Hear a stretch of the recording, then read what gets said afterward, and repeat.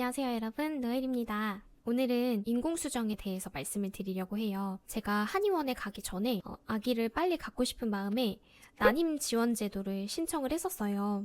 보건소에서 신청을 하는 거고 지원을 받을 수 있다는 확인서까지 받았었어요. 그런데 제가 몰랐던 게 그 난임 지원 제도를 신청을 하고 확인을 받으면 확인서를 받고 3개월 내에 난임 시술을 시작해야 된다고 하더라고요. 저는 신청을 받아놓고 나중에 할 생각이었거든요. 왜냐면은 저랑 남편이 그때 오로라를 보고 싶어서 북유럽 여행을 급하게 계획했었어요. 그래서 임신 시도를 그 전에 할 것인지 아니면 오로라 여행을 다녀와서 할 것인지를 되게 많이 고민을 했었거든요. 원래는 오로라를 보고 와서 시도를 하려고 했는데 그렇게 되면은 다시 난임 지원을 신청을 해야 되는 번거로움이 있다 보니까 그냥 여행을 가기 전에 한번 인공수정을 시도해보자라는 생각을 했었어요. 원래 저는 시험관 시술을 바로 하고 싶었었거든요. 근데 그러기에는 몸에도 무리가 있고 또 매일 주사도 맞아야 되고 뭐 자궁경 시술이나 그런 거를 따졌을 때 여행과는 병행을 할 수 없을 것 같아서 인공수정을 먼저 도전을 해보기로 했었어요. 그리고 그 사이에 한의원을 다녀왔었던 거고 자연 임신을 시도하라는 말을 듣긴 했었는데 저희는 이미 인공수정을 한번 결심한 이상 인공수정을 한 번만 해보고 오로라 여행을 다녀와서 그 다음에 자연 임신을 조금 시도하다가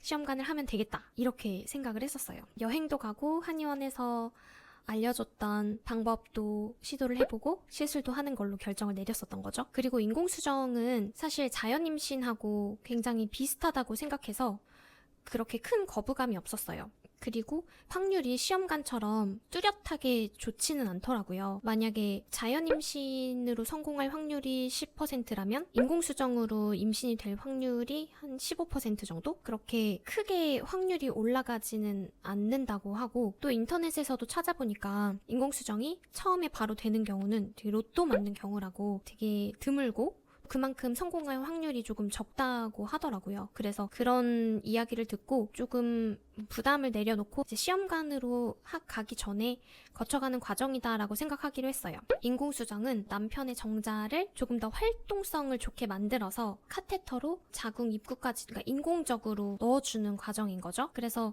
사실 정자가 질까지 들어가는데 그 과정 속에서도 정자가 많이 죽고 힘든데 그거를 조금 줄여주고 자궁 경부까지 이제 넣어주다 보니까 확률은 조금 높아질 수 있지만 그 나머지는 자연 임신 과정하고 동일한 거죠. 정자가 열심히 난자한테 가서 알아서 수정하고 착상해야 되기 때문에 어쨌든 시험관을 하기로 마음 먹긴 했지만 그 전에 인공수정을 한번 해보자 라는 생각으로 진행을 했었던 것 같아요. 그래서 배란 유도제를 먹고 배란이 되는 주사도 맞고 또 난포가 잘 자랐는지 초음파로 확인도 받고 그리고 그 난포가 터지는 때를 예상을 해서 의사 선생님이 시술 날짜를 정해주셨어요. 그리고 시술 당일에는 남편이 먼저 한 오전 8시 정도에 정자를 추출하러 병원에 먼저 가요. 그리고 한 2시간 정도 뒤에 제가 병원을 가서 그때 이제 시술을 받게 됩니다.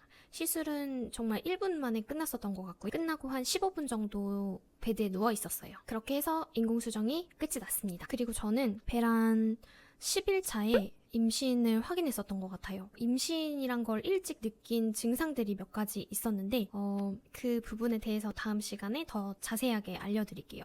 병원에서 피검사를 해보니까 임신이더라고요. 그런데 제가 그 임신을 확인한 배란 10일차가 바로 북유럽 여행을 가기 전날이었어요. 그래서 급하게 제가 그 NK셀 수치가 높다 보니까 그 NK셀 수치를 낮출 수 있는 면역주사도 맞기로 했고 그리고 갑상선 수치도 높은 편이었나 낮은 편이었나 아무튼 그래서 신지로이드라는 약도 처방을 받아서 먹게 됐어요. 그리고 북유럽 여행을 그 다음날 가게 됐는데 그때도 정말 완전 임신 극초기잖아요. 근데 거의 뭐 유산이라고 생각할 정도로 엄청난 이벤트가 또 있었어가지고 되게 마음 졸였던 기억이 있어요. 그래서 다음번에는 제가 임신을 되게 빨리 느낄 수 있었던 임신에 대한 극초기 증상하고 그리고 북유럽 여행에 가서 임신 초기에 있었던 사건들에 대해서 또 말씀을 드릴게요. 오늘도 영상 봐주셔서 정말 감사합니다. 다음에 봐요. 안녕.